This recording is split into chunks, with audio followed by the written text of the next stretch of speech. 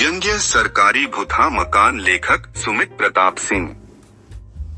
जैसे एक आम आदमी को सरकारी नौकरी पाने की तीव्र इच्छा होती है, वैसे ही सरकारी नौकरी वाले जीव को सरकारी मकान पाने की दिली चाहत होती है।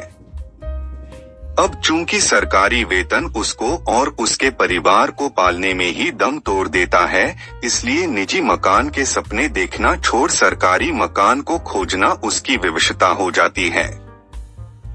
वैसे देखा जाए तो सरकारी जीव के लिए सरकारी मकान अलॉट करवाना आसमान से तारे तोड़कर लाने जितना ही आसान होता है। इस आसान काम को बहुत आसानी से पूरा करने के बाद जब उस बेचारे को इस बात का पता चलता है कि जिस सरकारी मकान को उसने दुनिया भर के आसान उपायों को आजमा कर हासिल किया है वह तो भुथा है, तो उसका हाल धोबी के कुत्ते की भांति हो जाता है। सरकारी मकान अलॉट होने के बाद वह सरकारी जीव जिस मकान में किराए पर रह रहा होता है, उसके मालिक को जल्द से जल्द मकान खाली कर सरकारी मकान में जाने की बात कहकर वह उसे धमकाते हुए एडवांस किराया देने से साफ इनकार कर चुका होता है। फलस्वरूप उसके मकान का मालिक अपने मकान को दूसरे किराएदार से एडवांस लेकर उसके लिए बुक कर चुका होता है।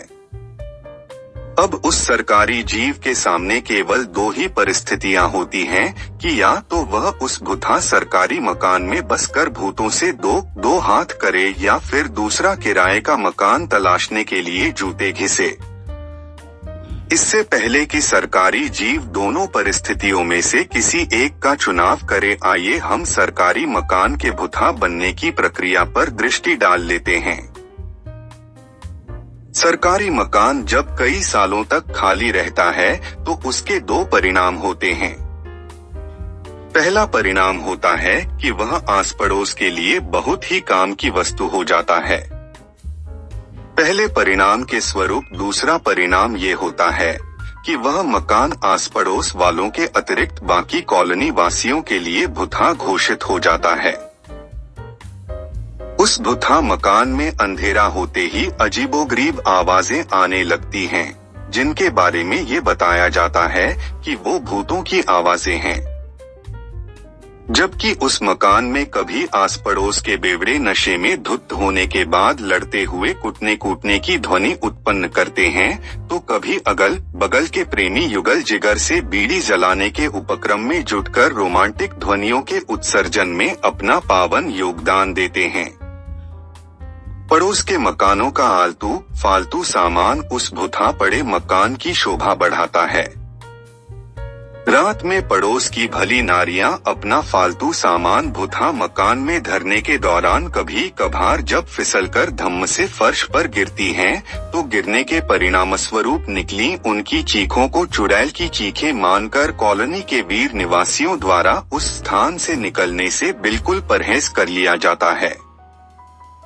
आस पड़ोस के घरों के सामान रूपी कचरे की अधिकता से जब वायुदेव उस मकान से आवागमन करने को तिलांजलि दे देते हैं, तो उस भुथा मकान में सड़ांध के व्यवसाय में बहुत तेजी से वृद्धि होने लगती है।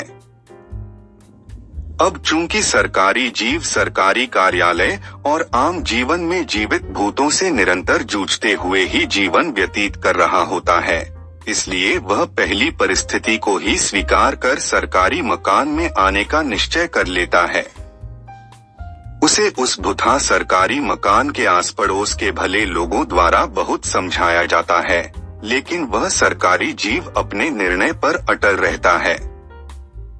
उसके अटल निर्णय के परिणामस्वरूप उस सरकारी मकान से भुथा आवाजें आनी धीमे धीमे बंद हो जाती हैं और उस सरकारी जीव व उसके परिवार द्वारा उस सरकारी मकान में गृह प्रवेश करने के साथ ही भुथा आवाजें वहां से अपना बोरिया बिस्तर समेटकर किसी अन्य खाली सरकारी मकान में जाकर डेरा डाल लेती हैं।